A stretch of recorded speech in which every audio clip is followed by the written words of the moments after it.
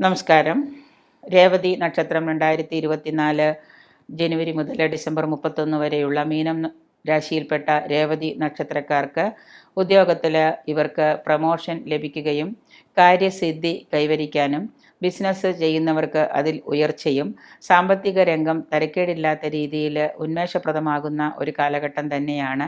എങ്കിലും 7.5 ശനിയുടെ ഒരു ആധിക്യമുള്ളത് കൊണ്ട് തന്നെ വാഹനം ഉപയോഗിക്കുന്നതിൽ വളരെയേറെ ശ്രദ്ധ ചെലുത്തുന്നതും അനാവശ്യ ചിലവുകൾ നിയന്ത്രിക്കുന്നതും വളരെ നന്നായിരിക്കും. വീട് വിട്ട് താമസിക്കേണ്ടി വരിക, അന്യദേശവാസം, യാത്രാക്ലേശം ഇതൊക്കെ സാധ്യമാകുന്ന ഒരു കാലഘട്ടം തന്നെയാണ്. ചില ദോഷവശങ്ങൾ ഉണ്ട് എങ്കിലും കൂടുതലും നിങ്ങൾക്ക് നല്ല ഒരു ഉയർച്ചയുടെ ഒരു കാലഘട്ടം തന്നെയായിരിക്കും ഈ 2024 ആദ്യകാലങ്ങളിൽ. ഉന്നത വിദ്യാഭ്യാസത്തിനൊക്കെ വേണ്ടി വിദേശത്ത് പോകാൻ ആഗ്രഹിച്ചിരുന്നവർക്കൊക്കെ പല തടസ്സങ്ങളെയും മറികടന്ന് അത് സാധ്യമാകുന്നതാണ്.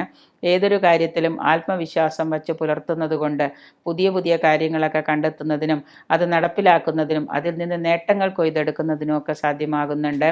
നല്ല ബന്ധങ്ങൾ, ഭാര്യയുടെ വീടുമായിട്ട് നല്ല ബന്ധത്തിൽ ഏർപ്പെടുന്നതും പതിവിൽ കൂടുതൽ അധ്വാന ഭാരങ്ങളൊക്കെ നിങ്ങൾ വഹിക്കേണ്ടതായിട്ട് വരുന്നുണ്ട്.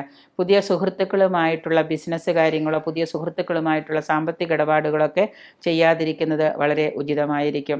സാമ്പത്തിക കാര്യങ്ങളൊക്കെ കൈകാര്യം ചെയ്യുന്നതിൽ അതീവ ജാഗ്രത പുലർത്തുന്നത് നന്നായിരിക്കും.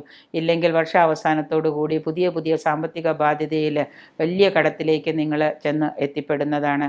സന്താനങ്ങളുടെ കാര്യത്തിലൊക്കെ കൂടുതൽ ശ്രദ്ധ ചെലുത്തുന്നതും സന്താനങ്ങൾക്ക് അസുഖവുമായി ബന്ധപ്പെട്ട ചികിത്സയുമായി ബന്ധപ്പെട്ട ആശുപത്രിവാസവും പണച്ചെലവുകളൊക്കെ വഹിക്കേണ്ടതായിട്ട് വന്നു ചേരുന്നുണ്ട്.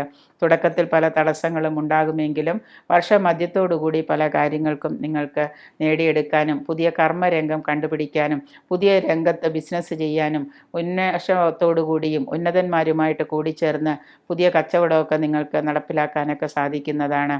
ഓഹരിയിൽ നഷ്ടത്തിന് സാധ്യത കാണുന്നുണ്ട്. ഓഹരിയിൽ പണമൊക്കെ ഇൻവെസ്റ്റ് ചെയ്തിട്ടുള്ളവർക്ക് മാതാപിതാക്കൾക്കൊക്കെ ആണെങ്കിലും കൂടുതൽ ചികിത്സയുമായിട്ട് ബന്ധപ്പെട്ട പണച്ചിലവുകളൊക്കെ വഹിക്കേണ്ടതായിട്ട് വരുന്നുണ്ട്. കുടുംബത്തിൽ ഒരു ഗുരുജന വിയോഗം സാധ്യമാകുന്നുണ്ട്.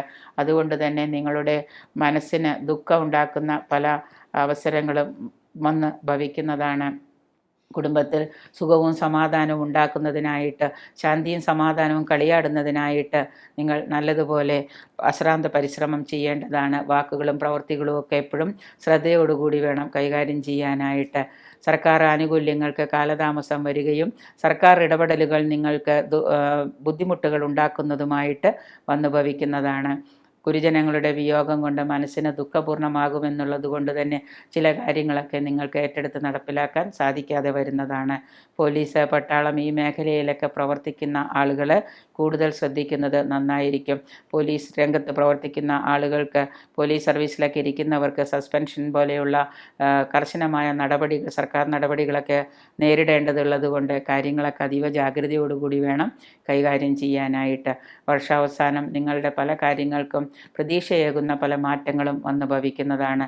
ആയതുകൊണ്ട് തന്നെ ദോഷപരിഹാരമായിട്ട് ക്ഷേത്ര ദർശനം നടത്തുന്നതും അതുപോലെ തന്നെ വ്യാഴാഴ്ച ദിവസം മഹാവിഷ്ണുവിന് ഭാഗ്യസൂക്ത പുഷ്പാഞ്ജലി ചെയ്യുന്നതും ഹനുമാന് നിങ്ങൾ വെറ്റിലമാല സമർപ്പിക്കുന്നതും ഒക്കെ വളരെ നന്നായിരിക്കും.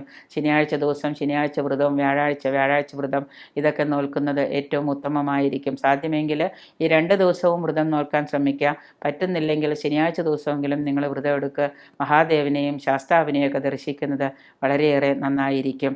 മാത്രമല്ല 2024 നിങ്ങൾക്ക് കൂടുതൽ ഗുണഗണങ്ങൾ ഉണ്ടാകുന്നതിനായിട്ട് ക്ഷേത്ര ദർശനം നിരന്തരമായിട്ട് നിങ്ങളുടെ ജീവിതത്തിൻ്റെ ഭാഗവത്താക്കുന്നത് നന്നായിരിക്കുമെന്ന് ഓർമ്മിപ്പിച്ചുകൊള്ളുന്നു.